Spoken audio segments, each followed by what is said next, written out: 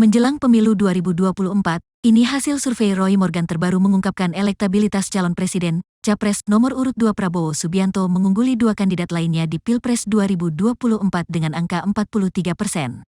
Di posisi kedua Ganjar Pranowo dengan 30% dan ketiga Anies Baswedan dengan elektabilitas 24%. Sementara itu, pemilih yang tidak menentukan pilihan sebesar 3%. Prabowo Subianto telah unggul dengan perolehan suara sebesar 43% atau naik 13% poin sejak kuartal September tahun 2023 dan berada di ambang kemenangan dalam pemilihan presiden putaran pertama, demikian dikutip dari laporan Roy Morgan Poll, Kamis, setengah. Berdasarkan hasil survei itu, Prabowo diperkirakan akan meraih kemenangan pada putaran pertama di Pilpres 2024. Selain itu, Prabowo juga kuat di Jawa, Sumatera, Sulawesi, dan Kalimantan. Menurutnya, Prabowo kini memimpin di semua pusat populasi utama di seluruh Indonesia.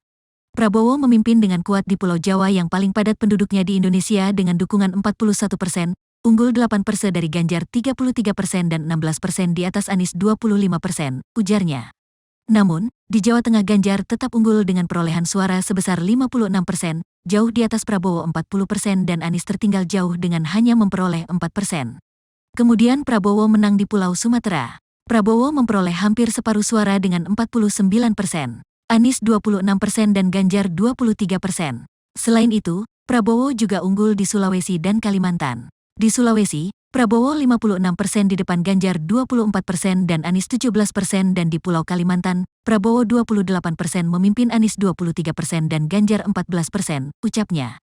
Survei Roy Morgan dilakukan pada Desember tahun 2023 dengan jumlah sampel sebesar 1.255 responden yang terdiri dari pemilih berusia 17 tahun ke atas. Pada survei sebelumnya, Roy Morgan mencatat elektabilitas calon presiden nomor urut 3 Ganjar Pranowo melesat dibanding Prabowo dan Anies.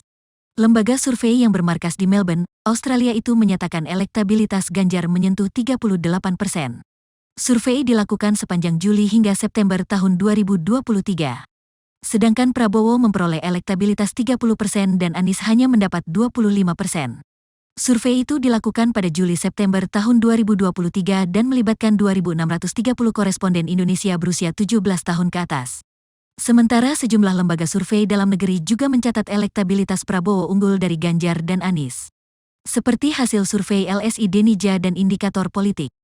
Download Tribun X sekarang. Menghadirkan lokal menjadi Indonesia.